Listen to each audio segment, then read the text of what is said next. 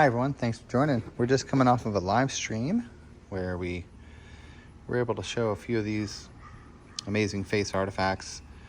You guys can see how the eye is just a ridge eye, and if you look underneath that eye, you'll be able to see the pupil and everything for that. So that's just the top half of the face, and you can see that it's not a small indention this time, it's actually a very large indention. But looking further on the face, that of course the nose is right here. It's just a long face. It's like a cartoon. We can see that there is painting of perhaps a bird on the top of the head there. This material is so beautiful. It's a clay pottery, and the colors on it are just, see how they cut out the mouth for the one? You can see the big black eye there. But that's just the beginning. So we have mammoth as well. This is a mammoth culture, about 15,000 years ago. The people that lived with mammoth created this art. There's a good chance that they were, following the mammoth. And if you guys know anything about mycology, you'll know that just like any other animal, any type of mammal animal, so they were following the mushroom, and they were eating the mushroom that came out of the mammoth poo. And so they were tripping, just a heads up. These ancient people didn't have governments that told them, what was legal, what was not legal. And there's a good chance, not all of them, but they were in the wilderness having skills that you and I do not have. Just like people used to be able to trace animals through the woods. Of course, we're seeing the big mammoth here, just to give you a heads up, right? It's a painted mammoth on a piece of pottery. But just like in the back of the day, right? People would be able to trace animals in the woods, and good luck finding anyone that can do that nowadays. There's a lot of things that we used to know and that we don't know anymore.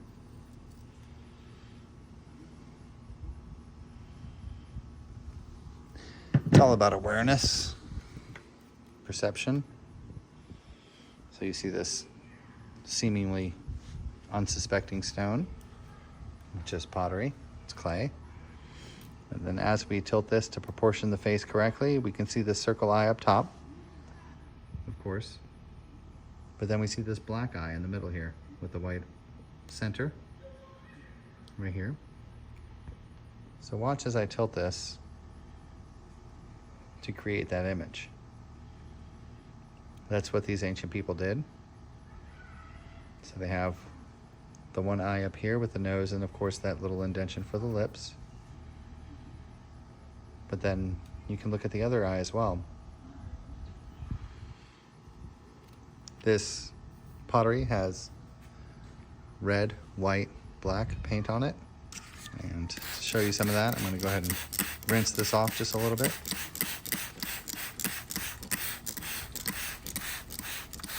So you're able to see that paint.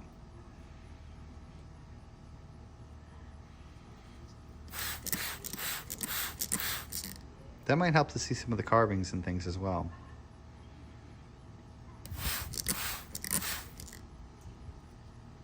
Especially for this right side portrait.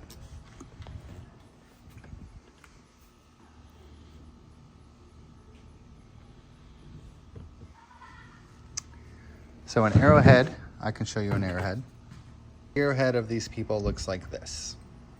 It is a large spear point, very thin, as you can see, very wide, very sharp, extremely sharp.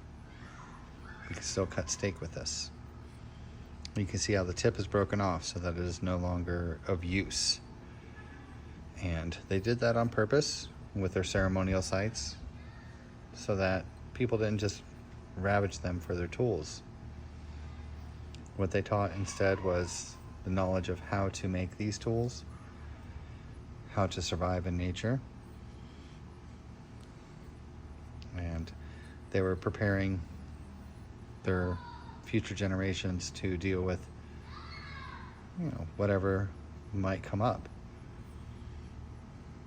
If you look closely, you can see how these details of stone that, we don't look at all these details of stone because we don't live and die by stone. We look at the details of our cell phones, of our bank accounts, of our paychecks, of our taxes. We look at those details instead because those are essential for our survival. We don't bother with the details of stone anymore, but ancient people did. This little clay pack covering the eye is always there. And so just looking at the interior section, you can see the lips, the nose, and the eye carving just on this section that's sheeted right here. It still has several more pieces to come out of it, but if you want to learn this stuff, you will have to, it's required that you're going to have to go out and look for yourself. Go out into your creeks, into your rivers, and look on your own, because that's the only way that you'll be able to see it. You can watch people like me, people like City Rock Hounding, Creek Stain, all the ancient artifact rock collectors, Rock Solid Passion is one that's doing a lot of good YouTube stuff. You're not going to know what they're talking about until you actually go out and see to your creeks and your rivers and you see it yourself. You're going to have to in order to learn it. Sometimes the characters are a little bit weird.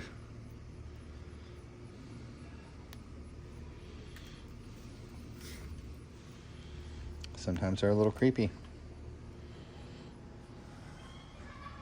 Because it's so old. So old. To be able to understand how these human beings lived in the time and age that we're now living in.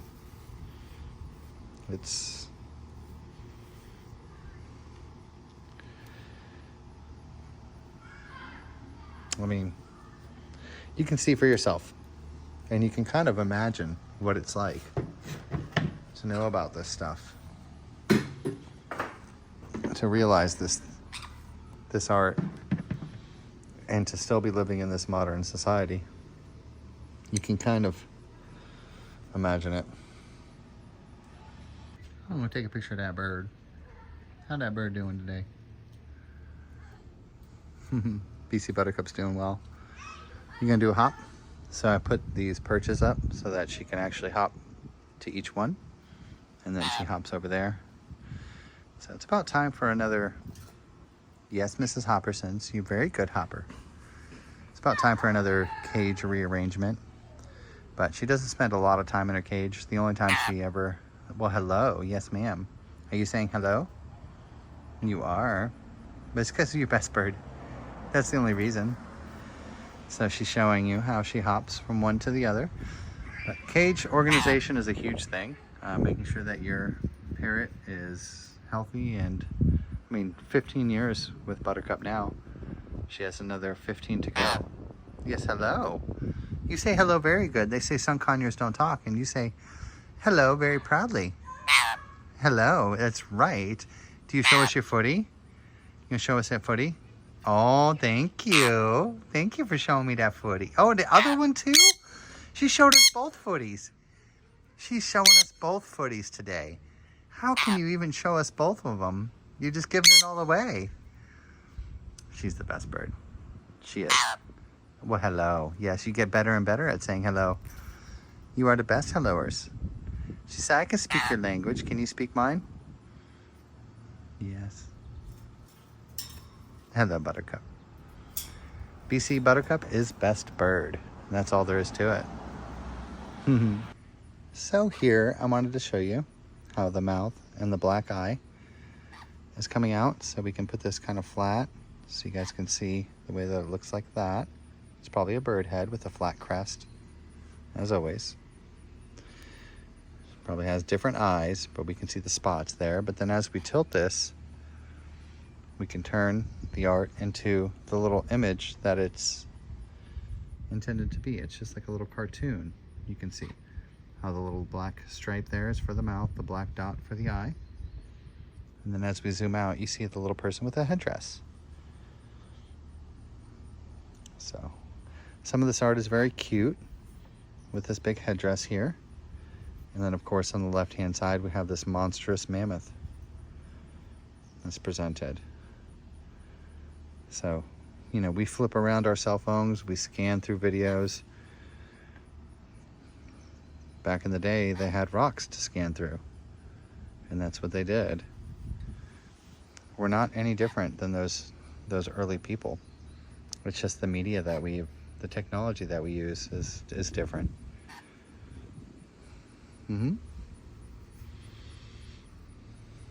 So this is some super awesome stuff. Super awesome.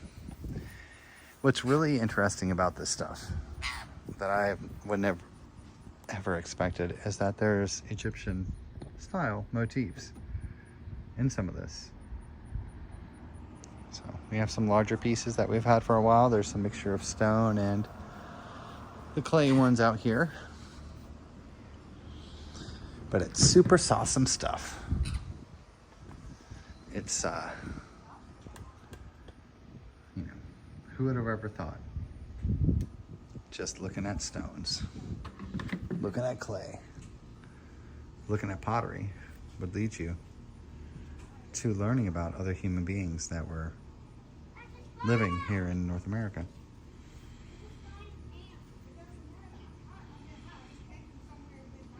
So you see how the eye is right here, the nose, and then as we tilt it, it becomes more proportioned, and the lines line up to get darker.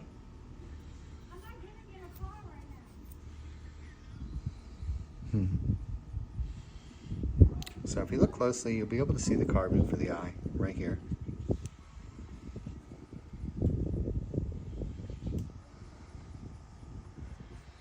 Super fun. Sorry, neighbors are distracting me just a little bit.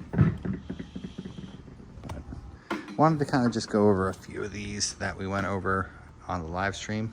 And this is that little bear face character. I actually had him for a while and I put him back. And then I went back and I got him again. Because he is so awesome, as you see.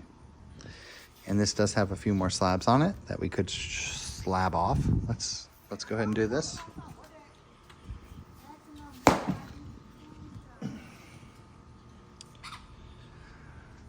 So, in different sections of this, we'll see different carvings and different images.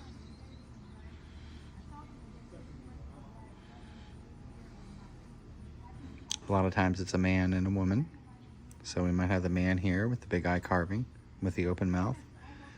And then the woman here, she has a carving for an eye, a very defined circled section of the eye there. Very neat. So I think to finish up the video here, we're just about at 15 minutes, but I just wanted to show this in the light so that maybe you and I could maybe catch some more of the images. But this is the style. It's usually a bird on the head, part of the hair, and of course the humans that are portrayed here. They're just cartoons, Paleolithic, prehistoric cartoons.